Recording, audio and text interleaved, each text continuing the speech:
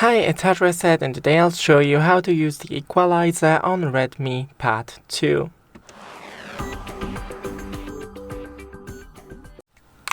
First, go into the settings, navigate into the sound, and right here go into sound effects.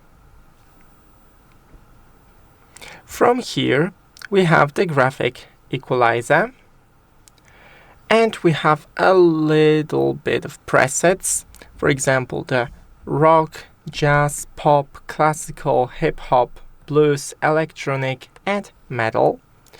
Of course you can go into the custom and change every option right here depending to your liking. And that's pretty much it. Thanks for watching. Don't forget to leave a like and see you in the next one.